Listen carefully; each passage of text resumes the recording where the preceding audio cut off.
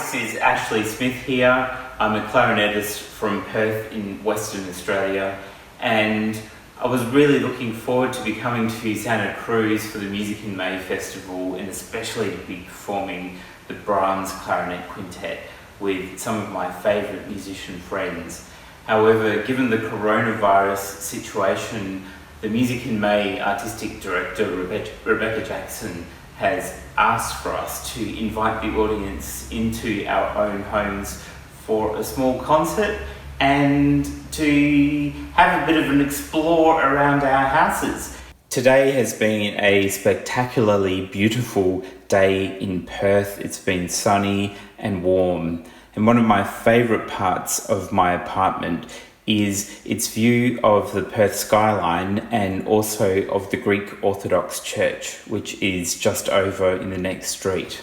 One of my favourite features of my home is my front door, which has a life-size portrait of Napoleon. And originally I actually had a picture of Beethoven on the front door. However, he didn't actually quite fit, and I thought it would be quite funny to replace him instead with a portrait of Napoleon. I have another portrait when you enter my apartment, and this one is in fact a drawing by the Perth artist Andrew Nichols, and the drawing is of a West Australian acrobat, and his name is Thomas Worrell, and this is a fairly recent acquisition. The portrait was a grand finalist in the West Australian Portrait Prize, which is also called the Leicester Prize, and I bought it kind of on a whim as a bit of a present for myself for finishing my doctorate a couple of months ago.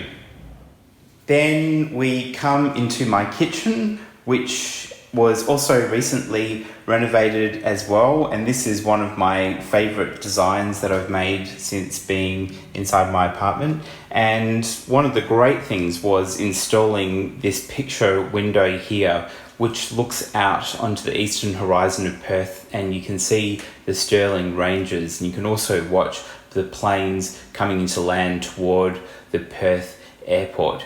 And I absolutely love my kitchen.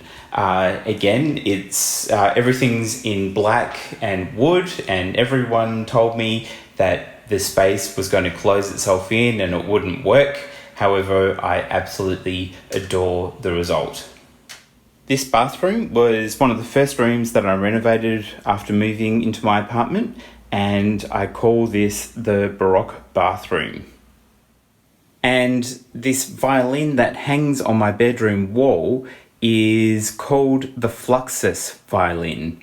Fluxus was a contemporary art movement that happened in the 1960s and the 1970s, and people like Yoko Ono were some of the leading people of the movement, and it was an experimental art movement which involved performance and installations and different sort of actions. And every couple of years at the University of Western Australia, I curate a concert where we perform Fluxus works, and each time we perform this concert, it involves this particular violin, the Fluxus violin, being suspended from a 3-story building.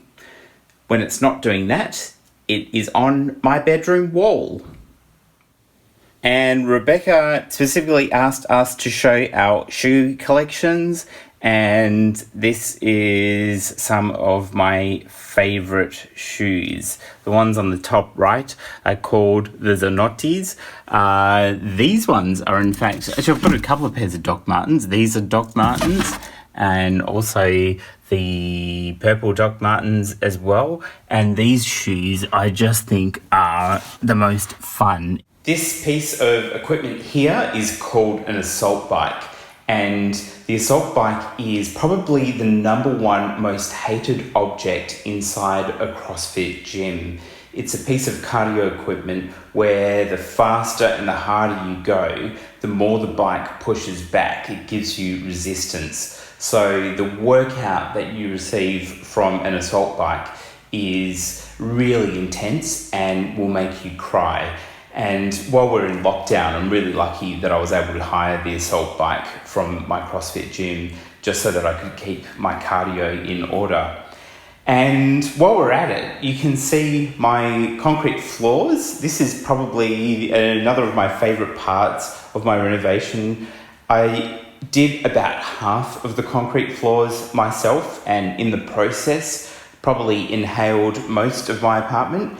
However, the result is totally worth it. I absolutely adore the rawness of polished concrete, and I love the polished concrete and how it works with other things inside my apartment, such as things made out of leather and things made out of wool and things made out of wood.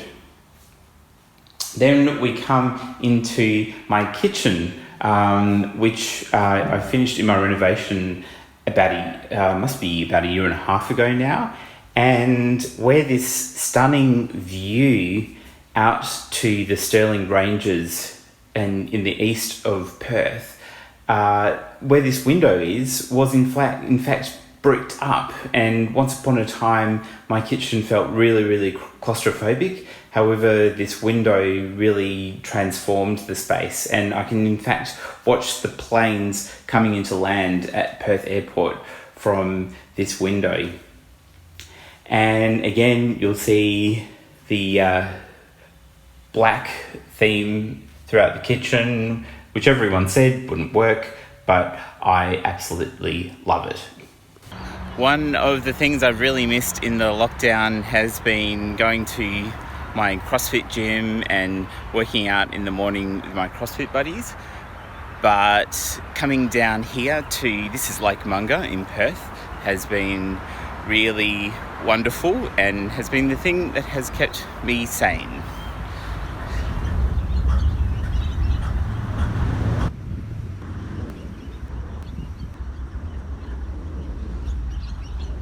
Here we are at my studio here at the University of Western Australia, and I thought I would bring my performance to you from here. This is where I do most of my work and most of my practice. I actually try and not bring my instruments home. I don't think the bass clarinet is very fair on my neighbours, and I actually get I'm more productive when I'm working away from the house anyway. The piece I'm going to play for you is an amazing piece of music. It's the prelude to Bach's C minor cello suite. This is the fifth of his cello suites. One of the ones that isn't quite as well known as, say, the first, second and third suites. And how it starts with this extraordinary slow movement in the French Baroque style, which then moves into this amazing fugue. And even though it's written for the cello, the Bach cello suites actually sit wonderfully on the bass clarinet, because the lowest string of the cello is a low C, and the lowest note on the bass clarinet is also a low C. And this means, and when Bach goes down to the C string, it means that the instrument is resonating to the max. And the same thing happens with the bass clarinet. When you go down to the low C, is that the instrument literally starts to vibrate and it feels like it's about to explode. And it's because the entire length of tube is vibrating with air during those moments. So that's why this particular movement sits on the bass clarinet really well. Now, the performance that you're about to hear was actually taken from a live performance. I really dislike recording. What I find is that I actually need the anxiety of being in a live performance to kind of lift a performance and make it feel a little bit more real. So what I did is I turned on my Facebook Live and also invited a heap of my students to come and watch this performance via Zoom.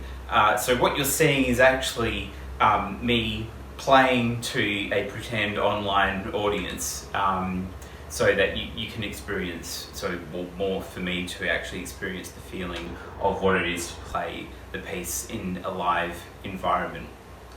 I really hope you enjoy this. Thanks so much for coming around to my house and checking out my odd assortment of art and weird design ideas, and thanks also for having a listen to this piece. And I really can't wait to be at the Music in May Festival next year and to get to meet all of you in person. All the best for whatever the next few months brings to us.